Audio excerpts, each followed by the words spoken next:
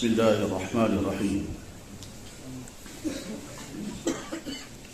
الحمد لله الذي أنعمنا بنعمة الإيمان الحمد لله الذي أنعمنا بنعمة الدين الحمد لله الذي أكرمنا بنعمة الإسلام والصلاة والسلام والتحيات والزاكيات على سيدنا وحبيبنا وشفيعنا سيد الأولين والآخرين سيد الأنام وعلى آله وأصحابه الإظام أما بعد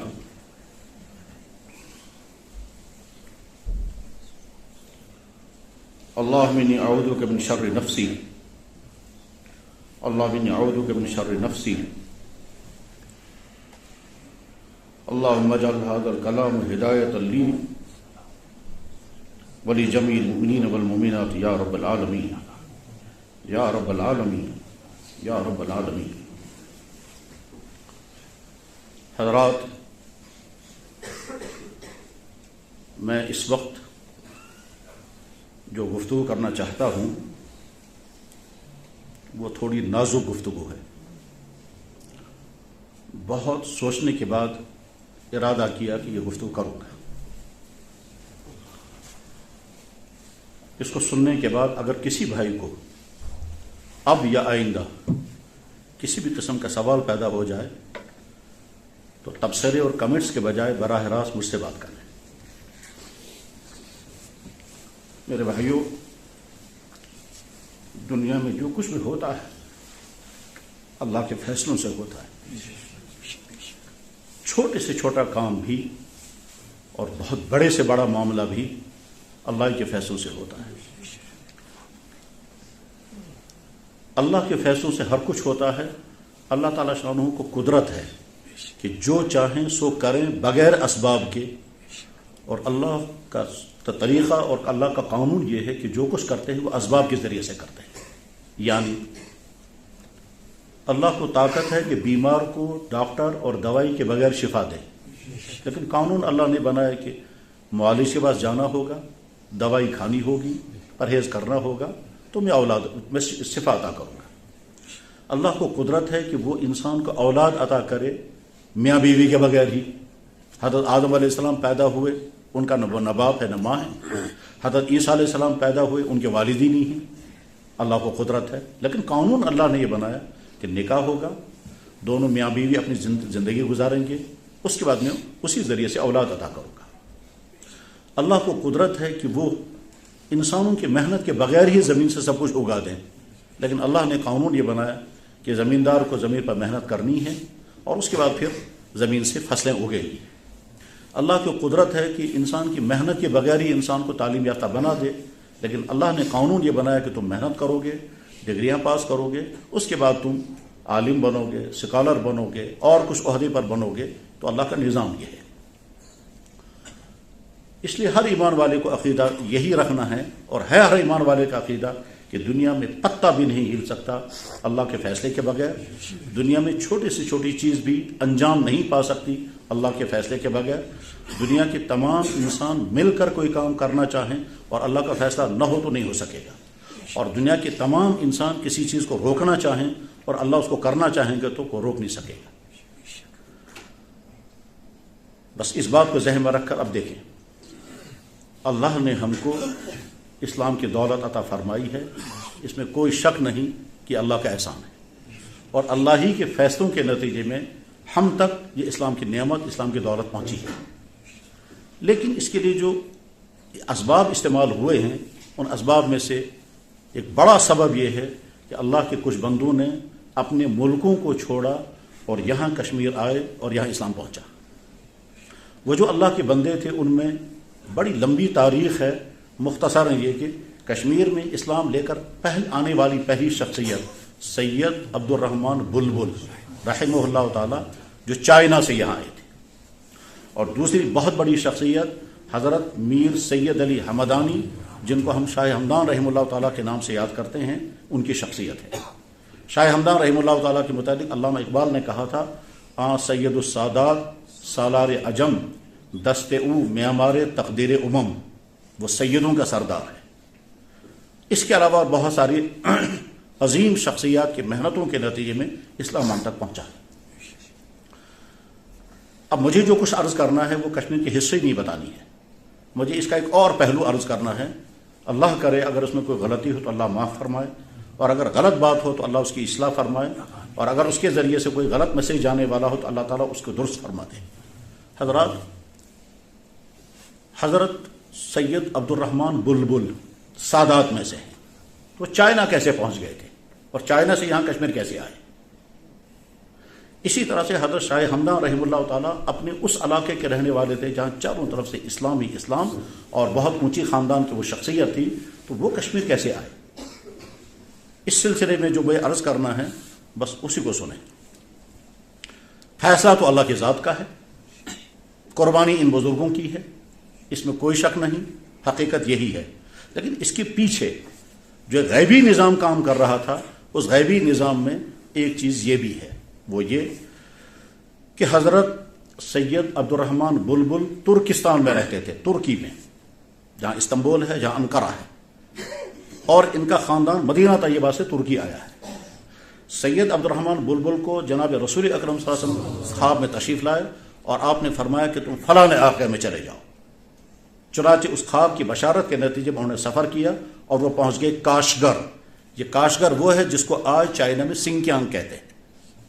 تو پہنچے وہاں، اور وہاں کچھ عرصہ رہنے کے بعد پھر وہاں سے انہوں نے فیصلہ کیا اب میں کشمیر آؤں گا۔ چنانچہ وہ کشمیر تشریف لائے اور یہاں اس زمانے کے بادشاہ کو اسلام کی دعوت دی اور وہ اسلام میں داخل ہو گیا۔ تو اس کے معنی یہ ہیں کہ عبد الرحمن بلبل رحمہ اللہ تعالیٰ کو کشمیر میں بھیجنے کا قدم روحانی دنیا میں خود جناب رسول اکرم صلی اللہ علیہ وسلم کی طرف سے اٹھا ہے۔ اس کے بعد آگے دوسری بہت بڑی شخصیت جو کشمیر تشریف لائی تھی وہ حضرت شاہ ہمدان رحمہ اللہ تعالیٰ کی شخصیت تھی۔ شاہ ہمدان رحمہ اللہ تعالیٰ کی شخصیت، ان کے حالات مجھے اس وقت بیان نہیں کرنے ہیں، اس کے بعد دو باتیں مجھے عرض کرنی ہیں۔ شاہ ہمدان رحمہ اللہ تعالیٰ جب بچپن میں تھے، اب وہ ایک تو سید خاندان کے ہیں، اونچی شخصیت، اونچے خاندان کے ہیں، لیکن ابھی وہ مان لیجئے لڑک پن میں ہیں، اپنی طفلانہ زندگی گزر رہی ہے۔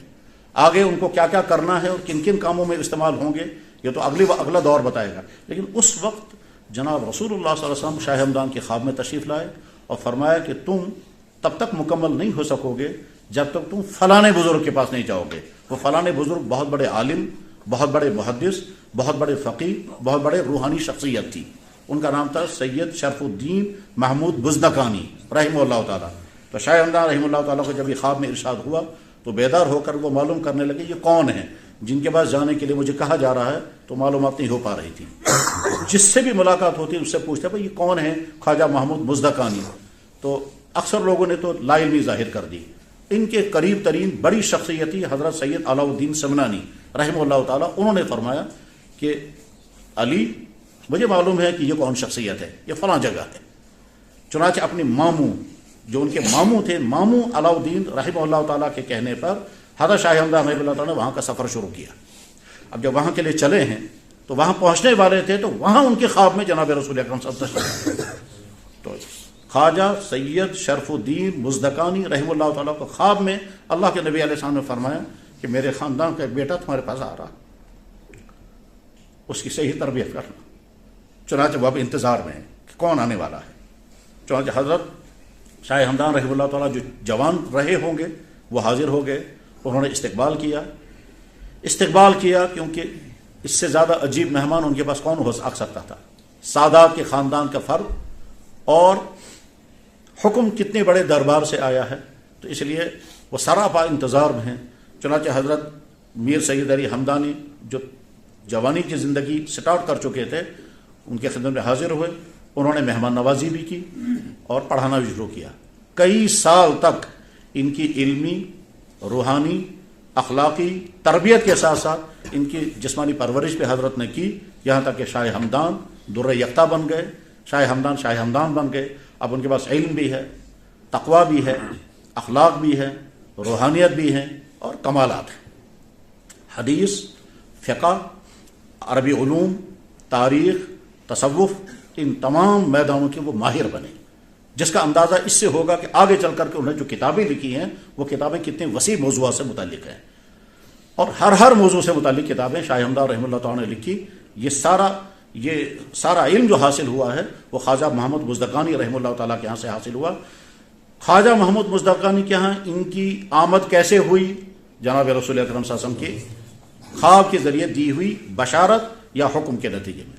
خواجہ محمد مزدقانی نے ان کی تربیت کی، خواب کے ذریعے سے ان کو فرمایا گیا کہ اس طرح سے تمہارے پاس میرے خاندان کا فرد آ رہا ہے، تم اس کی تربیت کرنا. شاہ ہمدان رحمہ اللہ تعالیٰ تیار ہو گئے.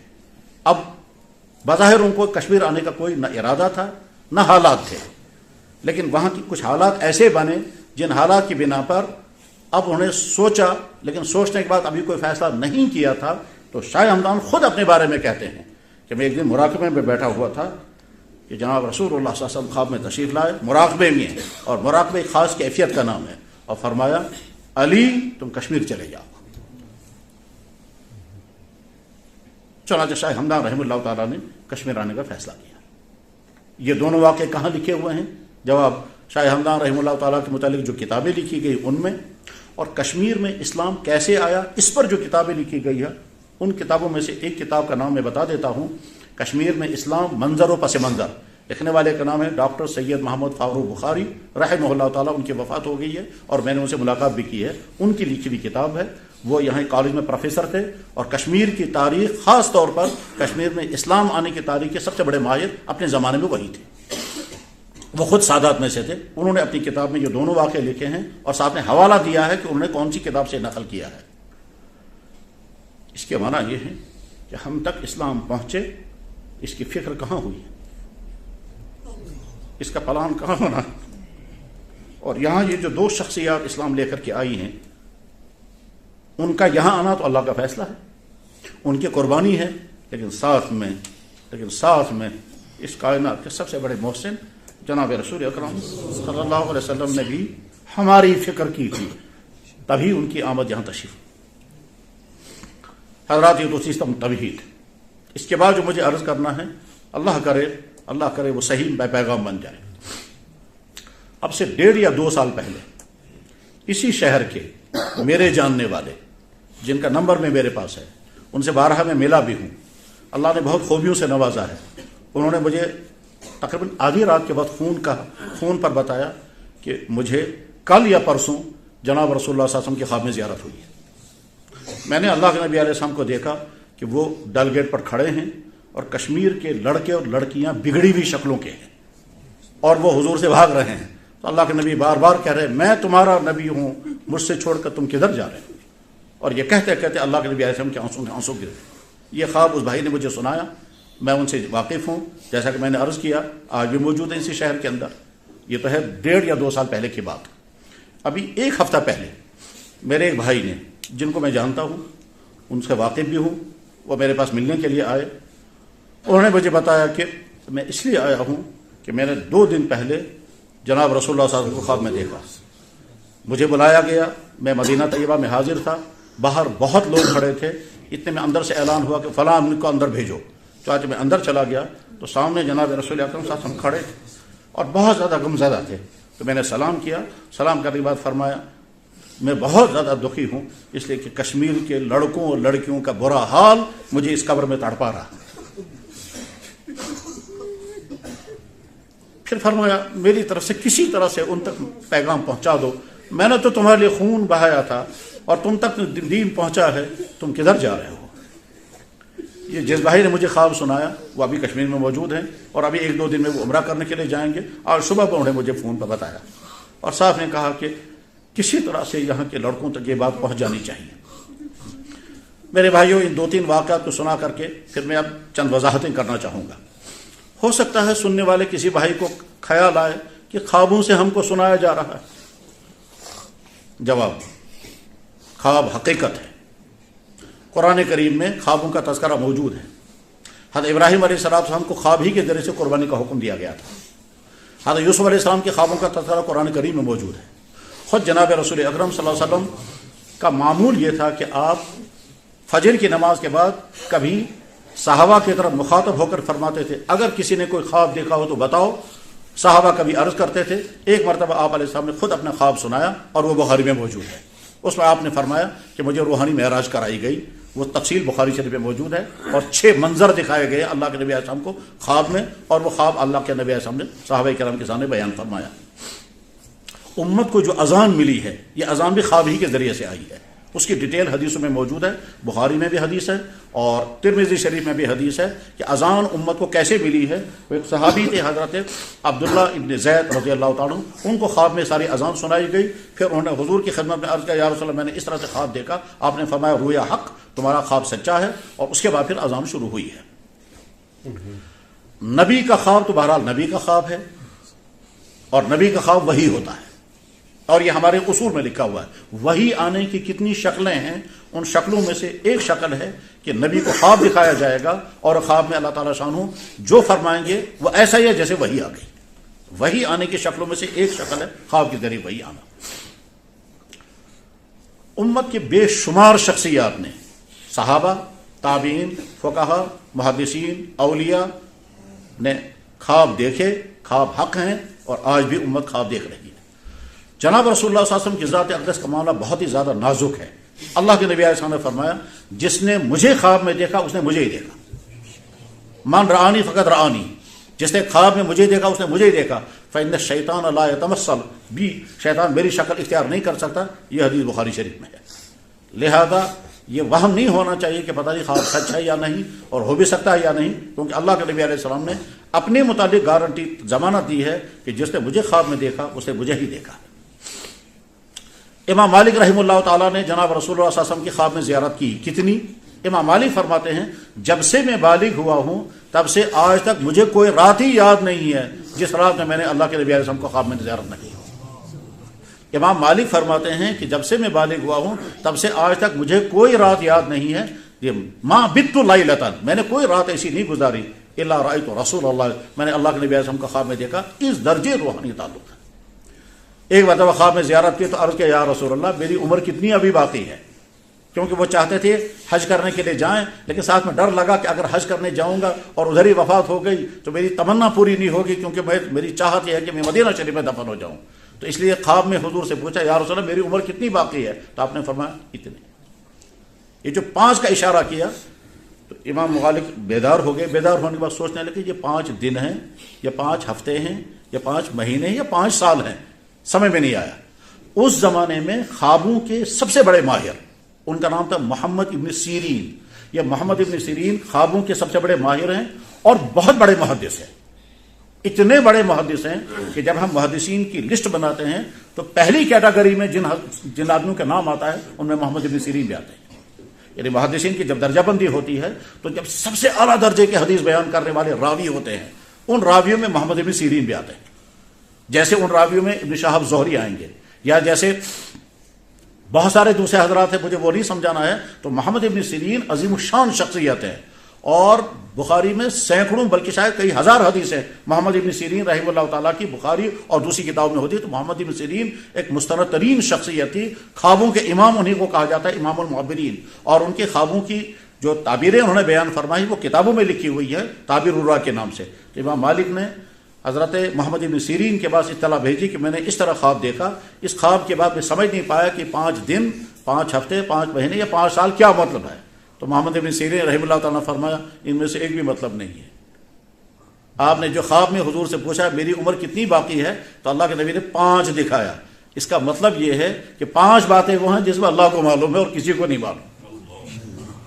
وہ 5 باتیں قرآن کریم میں ہیں، اللہ کو معلوم ہے بارش کب ہوگی، اللہ کو معلوم ہے آپ کہاں مریں گے، اللہ کو معلوم ہے آپ کل کیا کریں گے، اللہ کو معلوم ہے آپ کی وفات کب ہوگی، اللہ کو معلوم ہے قیامت کب آئے گی، اللہ کو معلوم ہے ماں کے پیٹ میں کیا ہے۔ ان اللہ عنده علم الساعة وينزل الغيث ويعلم ما في الارحام وما تدري نفس ماذا تكسب غدا وما تدري نفس باي ارض تموت۔ اس آیت کی طرف اللہ کے نبی نے اشارہ کیا ہے۔ اب امام مالک کو سمجھ میں آ گیا کہ تو میں کچھ اور سمجھ رہا تھا اور آیا کچھ اور۔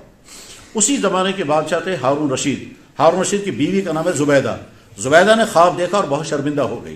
زبیدہ نے خواب میں دیکھا کہ میں خاتون ہوں اور انسان، جانور، چرندے، پرندے میرے جسم سے فائدہ اٹھا رہے ہیں، اور جسم سے فائدہ اٹھانے کے ایک معنی یہ بھی ہیں جو بڑے شرمناک لگتے ہیں، اس لیے زبیدہ کہہ نہیں پاتی تھی کہ میں کس سے کہوں گے میں نے یہ دیکھا کہ سارے میرے جسم سے فائدہ اٹھا رہے ہیں۔ اب شرمندگی ہے مگر ساتھ میں چاہتی ہیں کہ مجھے پتہ چل جائے کہ خواب کا مطلب کیا ہے۔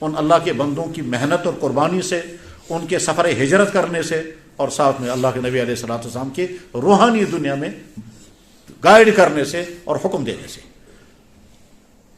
کیا خوابوں کے ذریعے سے ایسا ہو سکتا ہے؟ جواب یقیناً ہو سکتا ہے۔ اسلامی تاریخ کے ہزاروں واقعات ایسے ہی ہیں۔ مجھے پھر واقعہ یاد آ گیا، جب امام بخاری رحمہ اللہ تعالیٰ کی وفات ہوئی تھی تو کئی بزرگوں نے خواب میں دیکھا جناب رسول اللہ صلی اللہ علیہ وسلم صحابہ کرام کے ساتھ کھڑے ہیں۔ انہوں نے پوچھا حضرت کیوں کھڑے ہیں؟ فرمایا بخاری آ رہا ہے۔ ان کو نہیں معلوم تھا امام بخاری کی وفات ہو چکی ہے، کیونکہ امام بخاری رحمہ اللہ تعالیٰ اپنے یہاں سے نکل کر دوسرے علاقے میں چلے گئے تھے، ان کو وہاں ستایا گیا تھا، اس ستانے کی وجہ سے وہاں سے نکل گئے تھے اور دوسرے علاقے میں چلے گئے تھے۔ عید کی نماز کے بعد وہ گھوڑے پر سوار ہوئے ہیں کسی اور جگہ جانے کے لیے، اسی میں طبیعت ان کی خراب ہو گئی اور واپس بیٹھ گئے، اور واپس عید کے دن ان کی وفات ہوئی ہے۔ وہ عید کا دن تھا۔ امام بخاری، وہ جس شخص نے خواب میں دیکھا ان کو نہیں معلوم تھا کہ امام بخاری رحمہ اللہ تعالیٰ کی وفات ہوئی ہے، رات وفات ہوئی تھی۔ اور غرض یہ کہ ہمارے لیے اس میں میسیج کیا ہے؟ میسیج یہی ہے کہ ہم میں سے جو جوان ہیں اپنی ایمان، اپنے کردار، اپنے اخلاق کو سدھاریں، اور اگر سدھرا ہوا ہے تو اپنی اس کردار کی حفاظت کریں، اور جن تک یہ میسیج پہنچا سکتے ہوں، آپ کے دوست، آپ کے کلاس فیلو، آپ کے رشتہ دار، آپ کے جاننے والے، ان تک کسی طرح سے یہ بات پہنچائیں کہ بھائی اگر ہم سدھر جائیں گے تو ہماری دنیا اور آخرت، اور اگر ہم بگڑ جائیں گے، ہم ایمان سے دور چلے جائیں، ہم اخلاقیات کے اعتبار سے بربادیوں کا شکار ہوں، ہم فحاشی میں پھنس جائیں، ہم ڈرگس کا شکار ہو جائیں، ہم غلط تعلقات میں پھنس جائیں، ہم برے کاموں میں الجھ جائیں، ہم وہ چیزیں کریں جو چیز اللہ کو ناراض کرنے والی، اور اللہ کے نبی کی بارگاہ میں جب رپورٹ جاتی ہوگی، ظاہر جاتی ہوگی، تبھی تو یہ ساری صورتحال سامنے آئی۔ اس لیے اس بات میں جو میسیج ہمارے لیے ہے، وہ بھائی جنہوں نے مجھے خواب بتایا، آج صبح انہوں نے فون کیا، کہنے لگے میں عمرہ کرنے کے لیے جا رہا ہوں۔ میں نے کہا جا کے سلام پیش کر دینا، اور کیا کہو؟ پھر وہ روتے ہوئے اس نے کہا کیا کہوں گا میں وہاں، کیسے جا کر کے عرض کروں گا؟ تو بھائی اس مختصر سے گفتگو میں جو کچھ ہم سب کے لیے میسیج ہے، اس میں مزید گفتگو کرنے کی ضرورت نہیں ہے۔ اللہ کرے حضور نبی علیہ الصلوۃ والسلام کہ وہ درد کے آنسوں اور وہ ان کا غمناک صورتحال ہمارے لیے سدھار کا ذریعہ بنے، ہمارے لیے اخلاق کے سدھار کا ذریعہ بنے، اور ایسا نہ ہو کہ یہاں کے لوگوں کی غلطی کی وجہ سے یہ اسلام کی نعمت اور یہ ایمان کی دولت ہم سے چھن جائے۔ اللہ حفاظت فرمائے۔ وآخر دعوانا الحمد للہ رب العالمین برحمتک یا ارحم الراحمین۔